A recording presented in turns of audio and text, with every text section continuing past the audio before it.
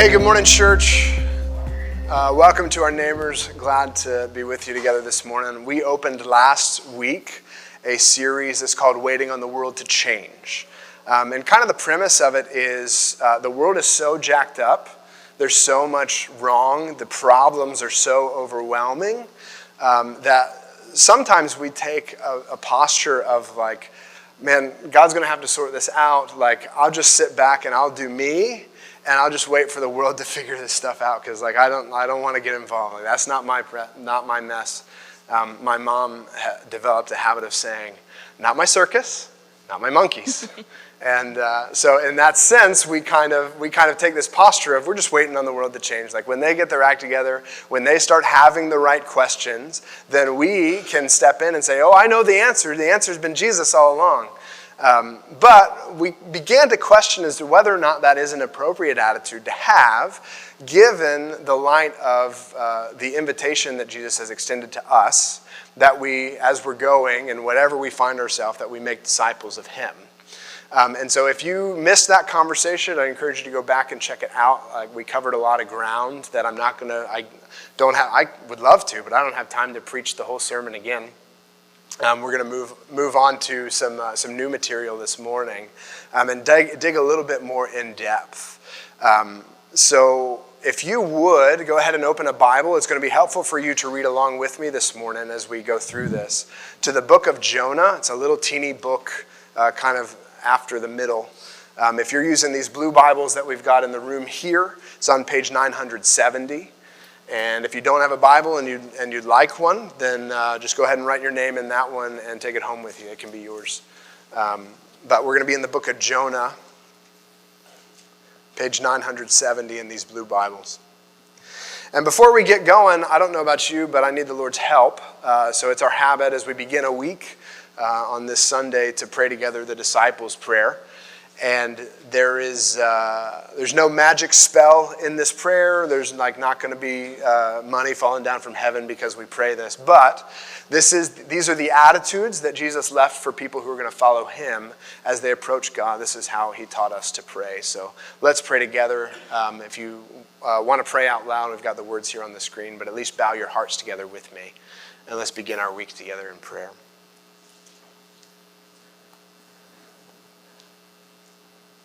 Our Father in heaven, hallowed be your name.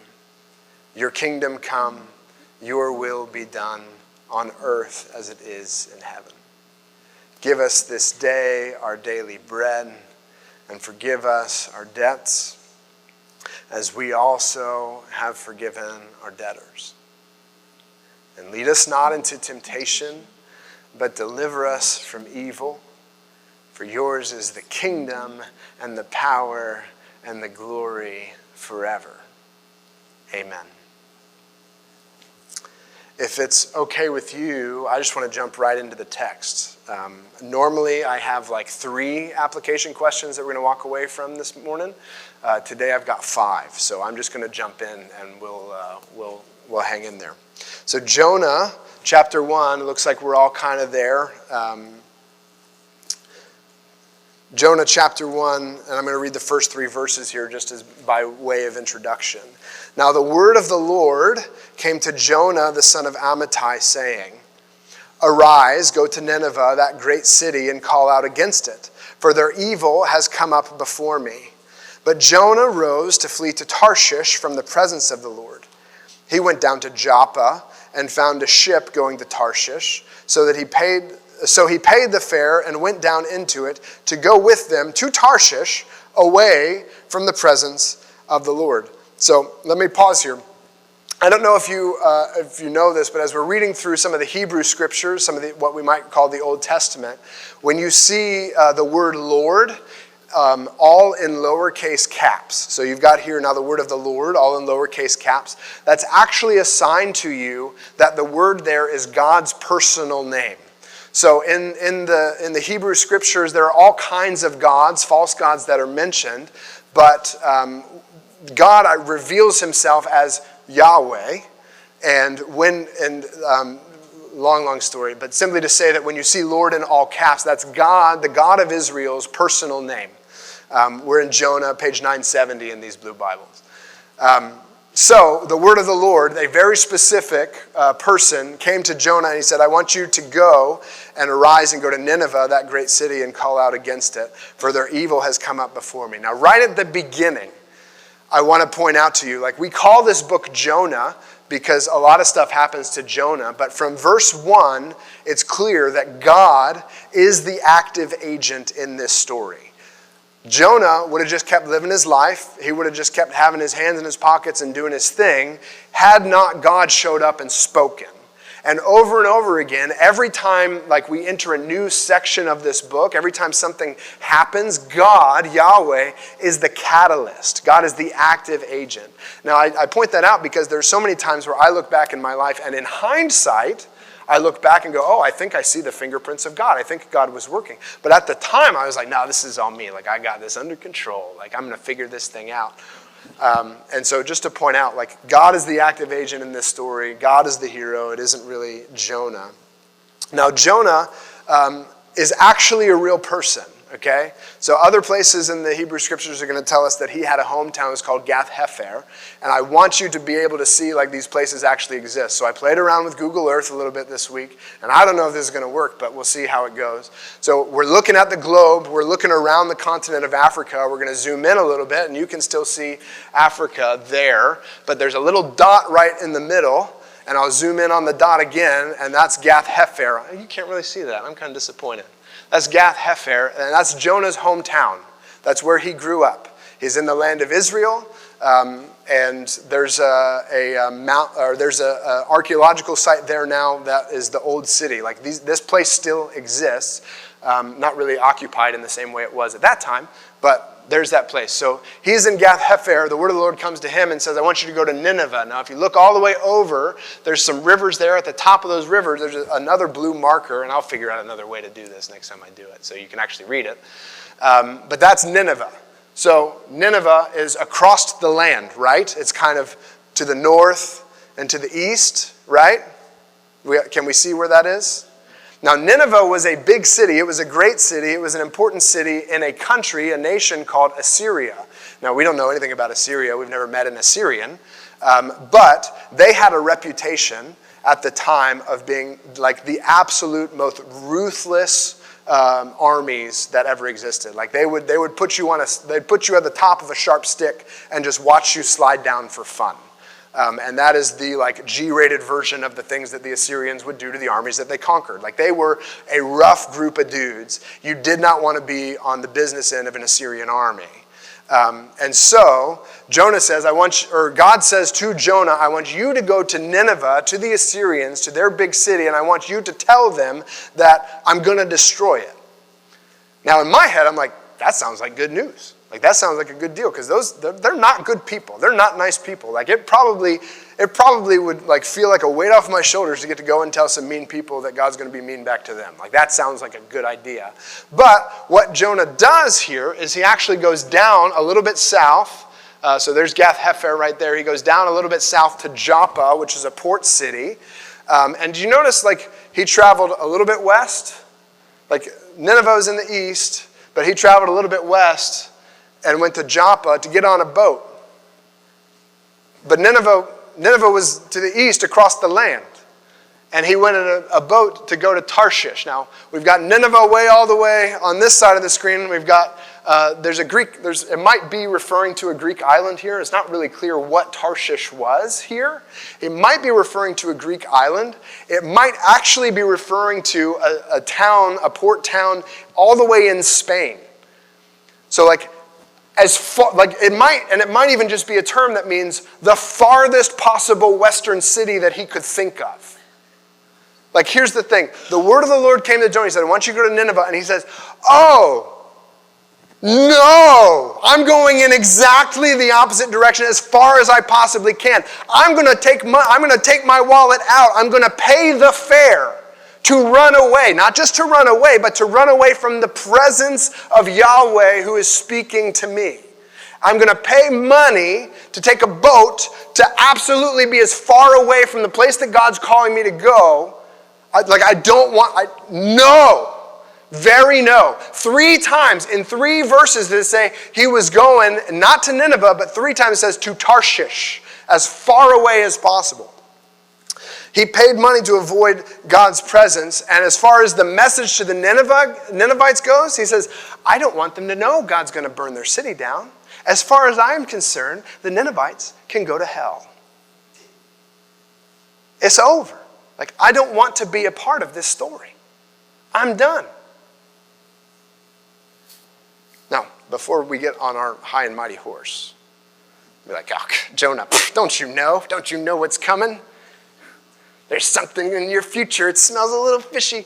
Like, before we get on our high horse about this, like, let's stop for a minute and think about this. I can count on one hand, I can count with 2 fingers and only use half of them the times where I thought the voice of God was speaking to me. It doesn't happen often. It's not a continual thing. Like, it's not a common experience. And I tend to think, as I read the scriptures, like, if God would just speak to me directly, then I would be on board. Like, if I didn't have to do the work of, like, reading the Bible and trying to figure out what all this stuff meant, like, I could follow Jesus real good. If Jesus was in the room with me and he's like, hey, Mike, go talk to that person, like, I tend to think that I just listen to what Jesus told me to do. And yet, here, we have an example of somebody who knew who God was, who would say, with every fiber of his being, I believe in the one true God, and I follow the one true God. But when God shows up and speaks to him, he says, oh, no. No. So, would we really obey the audible voice of God? What if God's invitation for you to live like the fullest life ever is that you go to your greatest enemy and live among them? What if God's message to you is to reconcile with the person who wounded you the most deeply? If God tapped you on the shoulder and said, hey, by the way, I need you to go and talk to that person, like, would we really obey the audible voice of God? And as I've spent time in this text, like, I'm convinced, like, even just hearing the voice of God is not a guarantee that I'm going to be on board with where he's going.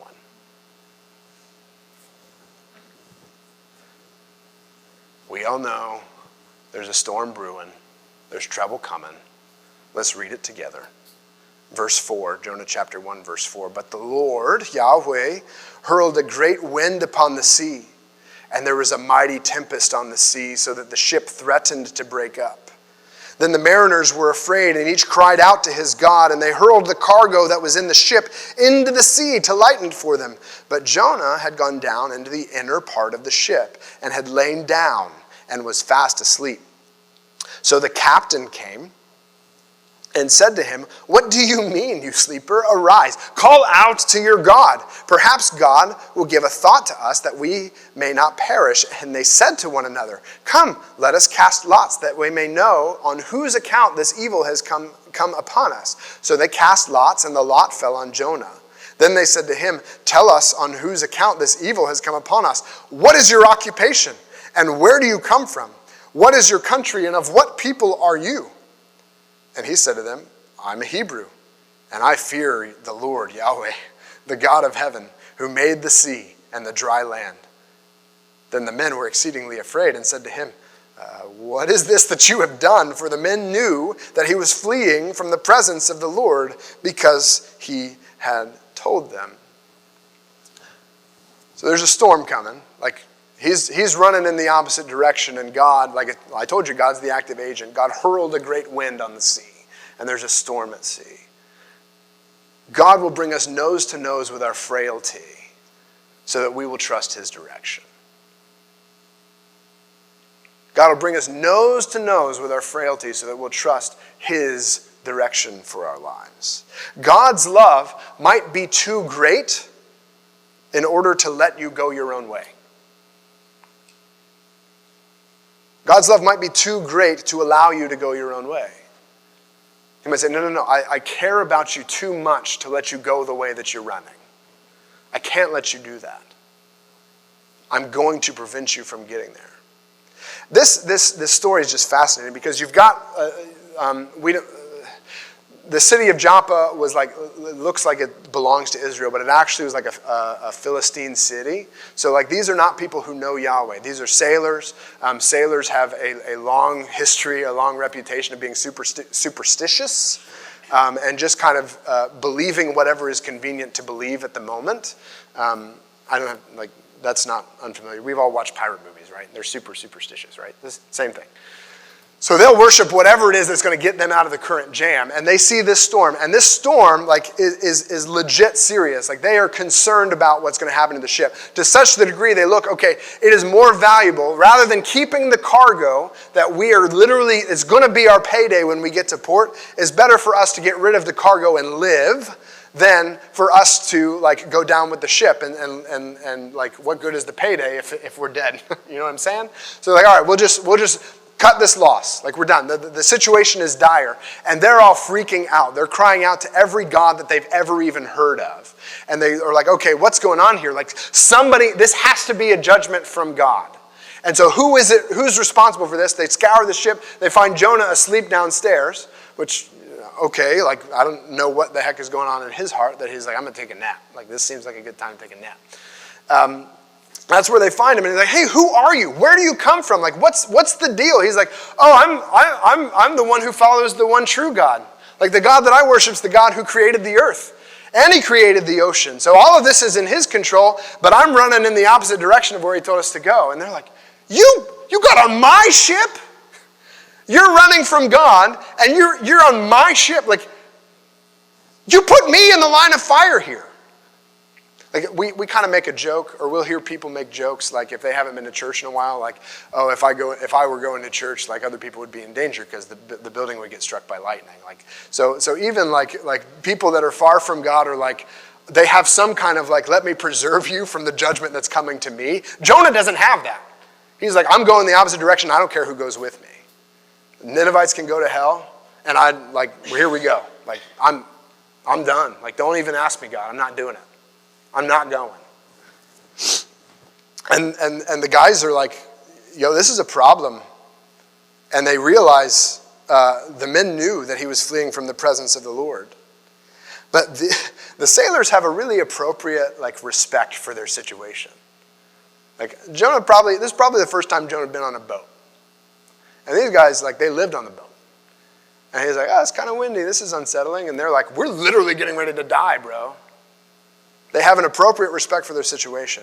But knowing the truth is not the same thing as walking worthy of the one who's called you. And we can camp out here all day long. Knowing the truth, knowing what's right, knowing the right answer of, I follow Yahweh, the God of the Bible, the creator of the heavens and the earth, the land and the sea. Like, knowing that doctrinal fact, having that fact in your head does not mean that your feet are going in the right direction. Having clear and concise and soundproof doctrine is not a guarantee that your heart is right with the Creator that you seem to understand so well. There's doctrine without application of that doctrine is judgment from heaven. And you're like, Michael, you're so mean. Why would you say that to me? I'm on the ship with you, man. We are not separated from one another. Like, whatever happens in your life is going to affect me. No man is an island. And if we are a community of faith, like, then we weep with those who weep and we rejoice with those who rejoice. And if one member is hurting, then all of us are in pain. Like, we're in this together. So, it's interesting. These sailors have a strong impulse to cry out to God in their crisis. And Jonah keeps his mouth shut. Do we have an impulse to cry to God in our crises? Like, for me, like, I know what I'm supposed to say here. I'm like, yeah, of course I pray. Like, I don't even pray as the last line of defense. Like, I'll pray right at the beginning. But are my prayers, like, centered around how can I manage the situation? Am I crying to God to, like, empower me to handle the things? Or are my prayers to God like, this is outside of my control and you're the creator of all things, and so I submit to you, like, use me as you want me to go? Am I crying to God Or am I crying for myself? Do we have an impulse to cry out to God in crises? Let's read a little bit more in verse 11. Then they, the sailors, said to him, to Jonah, what shall we do to you so that the sea may quiet down for us? Legit question. I like it. Excuse me. For the sea grew more and more tempestuous. He said to them, pick me up and hurl me into the sea. Then the sea will quiet down for you. For I know that it is because of me that this great tempest has come upon you. Nevertheless, the men rowed hard to get back to dry land. But they could not, for the sea grew more and more tempestuous against them. Therefore they called out to the Lord, to Yahweh, O Yahweh, let us not perish for this man's life, and lay not on us innocent blood. For you, O Lord, have done as it pleased you. So they picked up Jonah, and they hurled him into the sea, and the sea ceased from its raging. Then the men feared the Lord exceedingly, and they offered a sacrifice to the Lord and made vows.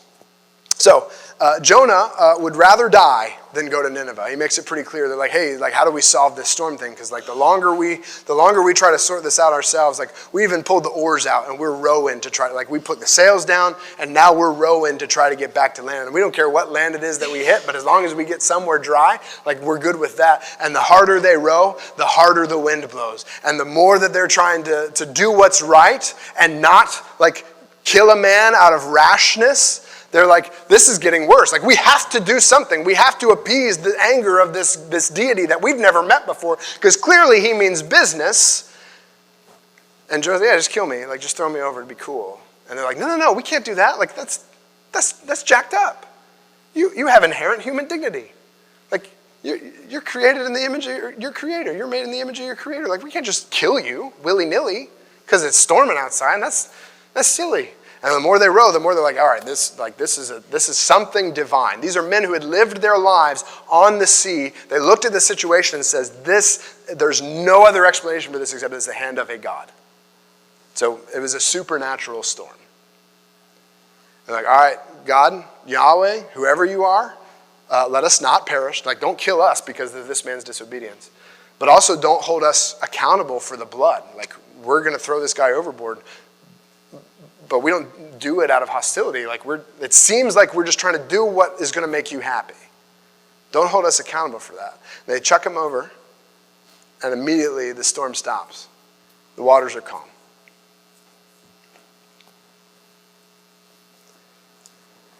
The sailors have greater respect for Jonah's dignity than he has for anybody in the story. These pagans that had never heard of the God of the universe, that had never worshipped the one true God, they get it better. Jonah's not the hero of this story.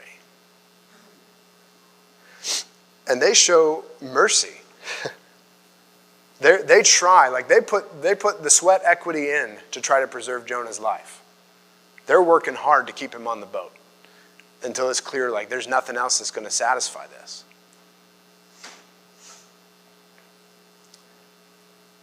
And then they genuinely, at the end of all of this, genuinely worship the one true God, the best way they know how. Romans chapter 2, verses 12 through 16 is a fascinating, part of a fascinating argument. But the thing goes, you guys who are righteous, you guys who think you know the laws of God, if you disobey the laws, then that's on you. But for Gentiles, people who don't have a knowledge of God, when they do what's right, that becomes a law unto them. Sometimes Gentiles stumble into honoring God accidentally by God's grace. And here we see it.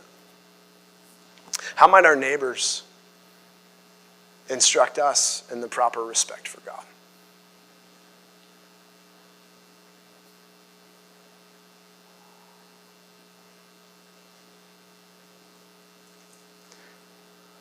Lest we think that we've got a corner on biblical knowledge and truth. How might our neighbors teach us?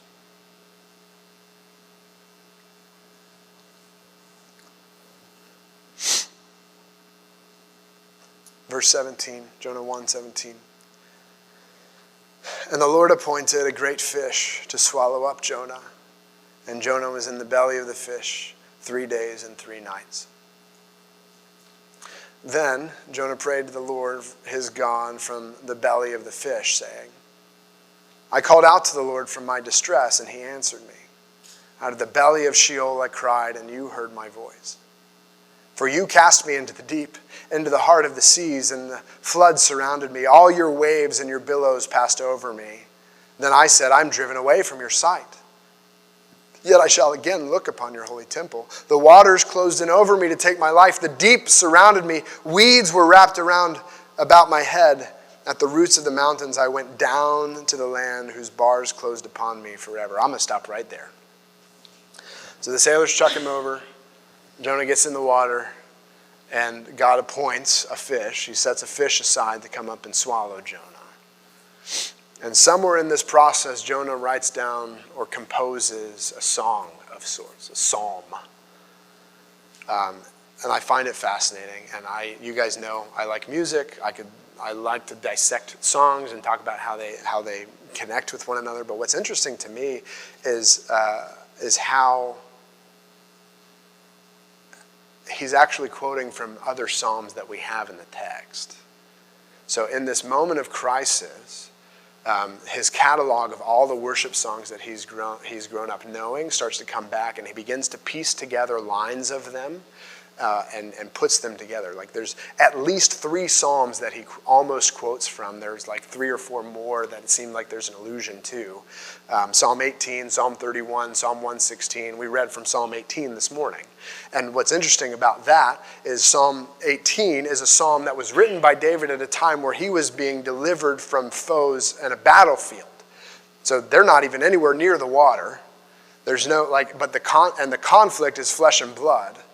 But here Jonah, as he's going through this spiritual conflict of wrestling with God and whether or not I'm going to be obedient to God, these are the words that come to mind.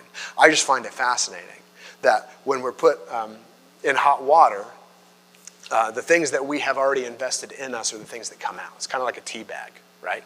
You never know how good tea is until you put it in hot water. And you will never know your character and what you've put into yourself until you find yourself in hot water.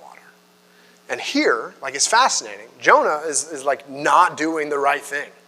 And yet when push comes to shove and he's nose to nose with his frailty, what comes out of him are psalms. For real, he's not doing the right thing. You've never noticed it probably, but as you go back through chapter 1 and through chapter 2, every time they talk about Jonah moving, Jonah always descends in this book. Jonah is always going down. He went down to Joppa. He went down in the ship. He was down below deck when he was napping. And then there's no record that he went back up on deck. They don't talk about that. But the next time they talk about Jonah moving, he's going down out of the ship into the water. And now he's sinking in the water and going down to the bottom of the sea. Every time, Jonah's not doing the right thing. Jonah is constantly descending. And as he descends, the words that come to mind are psalms, church songs. That's why it matters what we sing on Sunday morning. 2 weeks. I give it 2 weeks. And the most astute of you, the ones that take this challenge are going to remember. You're going to remember that God brings us nose to nose with our frailty so that we will trust his direction. In 2 weeks, I think some of you might remember that. In a month, not even I will remember it. And I care a lot about sermons. I spend a lot of time trying to prep them and communicate in a way. But the songs that we sing,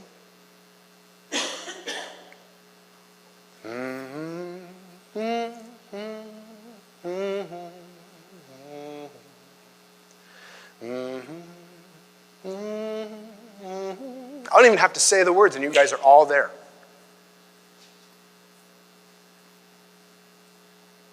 The songs that we sing on Sunday morning are shaping us so that in moments of crisis, that's what comes out of us. It's been a long, long time since we did a song for a long time called Our Song in the Night, and it's a really sad song. It's not a happy song. It's about how everything goes bad. And yet God is our song in the dark. God's our song in the night. And I had some people at the time why are we singing this song? It's because there's going to come a time where you're in the darkness. And you're going to need some words, and this might be it. And I can't tell you how many times I've been in a spot where I just go, in the darkness, God, do you hear us? In the night, are we alone? And those aren't my words, those are words of a song. Anyway, All that to say, the songs we sing are important because that's what comes out of us when we come to a crisis. So let's think critically. What are we filling our ears with to come out of our mouth when crisis comes? What are we filling our ears with to come out of our mouths in times of trouble? It's not about being righteous and making sure you're completely and wholly pure. I'm not saying delete all of your secular music. That's not what I'm saying. But I'm asking what are we actually putting in our ears? Because when crisis comes, either there'll be songs of praise that come to our lips or there'll be songs of cursing.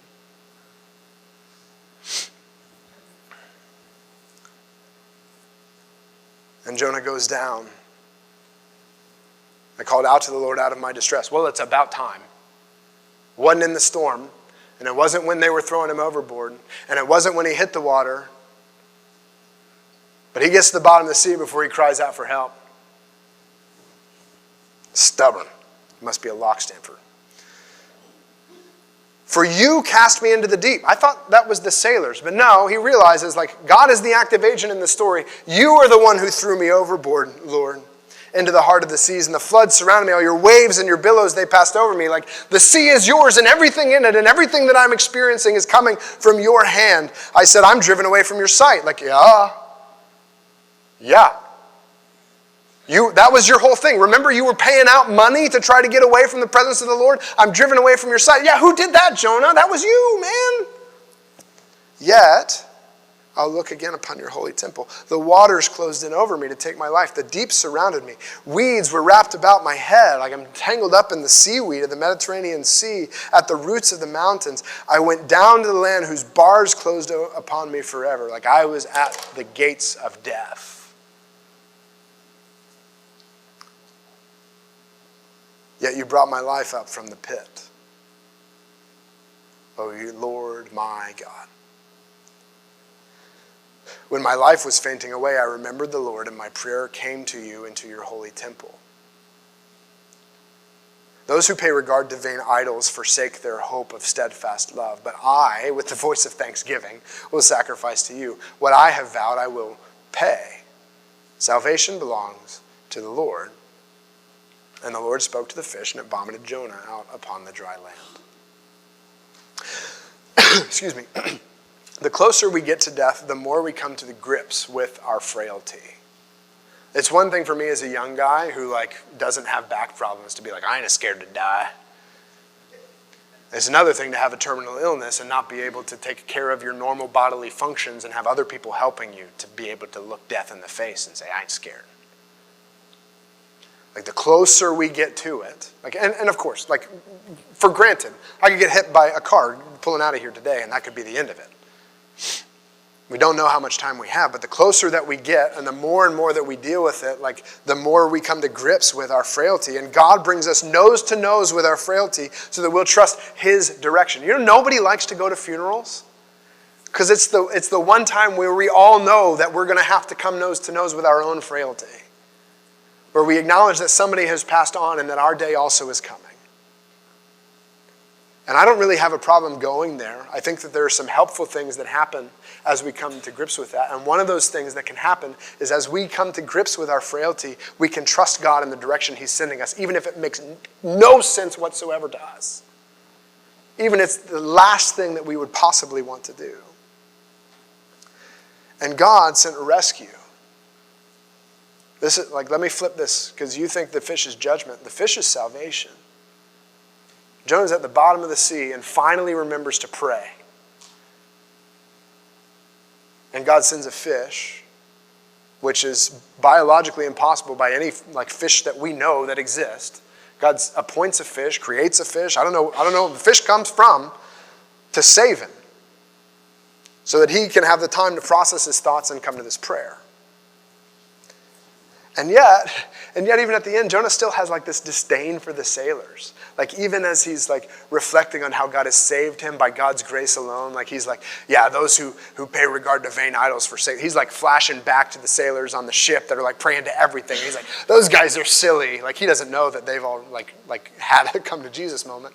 But he's even in that moment is reflecting on how pagans and people who are far from God, they're so lost. Even in his I have come to grace. Like even then he's like, those people are just worshiping something that's silly. Like, and I can't. But I, with the voice of thanksgiving, will sacrifice to you. Like he knows the right words to say. It seems like he gets it, right? Like, oh, cool, Jonah finally had a change of heart. Note that everything in this story so far has obeyed God's instructions, except for Jonah. The wind did exactly what God wanted it to do. The sailors saw the situation and responded appropriately.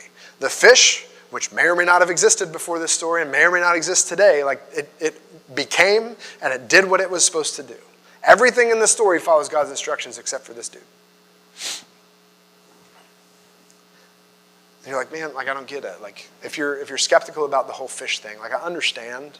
I think if you're going to come to the scriptures, there are probably some other things to wrestle with first. But because we're here and because we're talking about it, like let me just acknowledge, like that's a weird story. It's a weird thing to happen. Like how do you breathe inside a fish? Like where does the oxygen come from? And I don't know the mechanics of how it is, and I argued last week that it actually doesn't super matter because the point of the story actually is not even the fish at all. It's chapter 4, which we'll talk about, Lord willing, next week. But Jesus talks about this story in particular. And he's saying to people who are religious and not following the way that God wants them to go, he says, hey, you guys are asking for a sign. You're asking for something miraculous. You want some kind of confirmation that I'm actually from heaven. And the only sign you're going to get is the sign of Jonah. What's the sign of Jonah? Like, we're going to get thrown overboard into the Mediterranean Sea in the middle of a storm? Like, what's the sign of Jonah, who was in the belly of the fish for 3 days and 3 nights? Okay. Like, cool, I get it. Perhaps, and again, I'm trying to piece some things together if you're skeptical. Perhaps God saved Jonah by the fish in order for him to put these thoughts together and come to a point where he actually understood. But if the sign of Jonah is pointing to Jesus' death and resurrection after 3 days and 3 nights, then it's possible that Jonah died in the fish. And it's possible that the miracle of Jonah, the resurrection of Jonah after he's being spit out on land, like doesn't even make it into the text. Jesus talks about that in Matthew chapter 12 if you're interested. It might be. Like it's not necessary for Jonah to have survived, because if God can make a fish that can swallow a man whole, like he can probably like resurrect the guy. He's going to do it later on.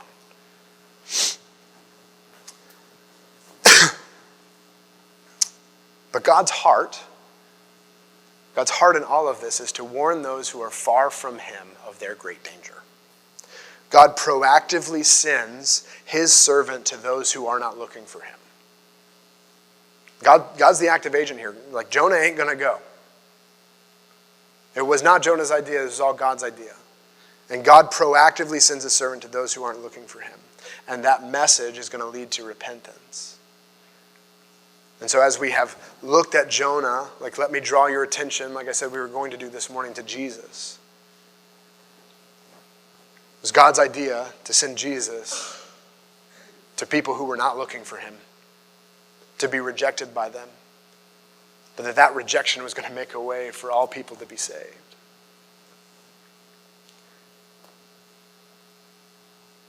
God brings us nose to nose with our frailty so that we'll trust in his direction. So will we trust God in the face of our frailty? Will we look upon Jesus and say, I don't understand how it's all going to work out, but I know he's the only shot that I have to be right with God. And where he sends me, I'll follow. Let's pray together.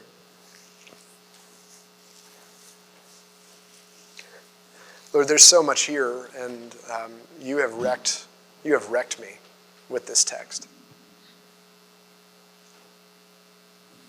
For the times I want to be condescending and demeaning of Jonah, like it's out of self-preservation because I see myself. My heart too is stubborn. I also am unwilling to go to people that are difficult.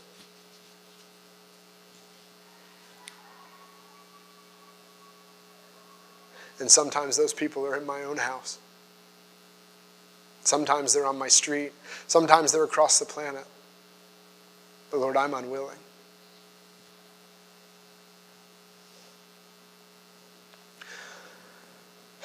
For us, God, as a church, as a congregation, as people who want to follow you together, would you shape our hearts?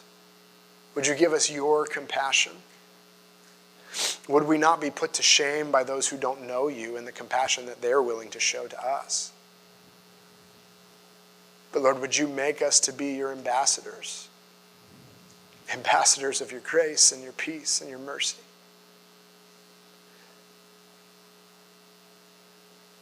Would you do with us as you wish, as it pleases you? It's in your name we pray.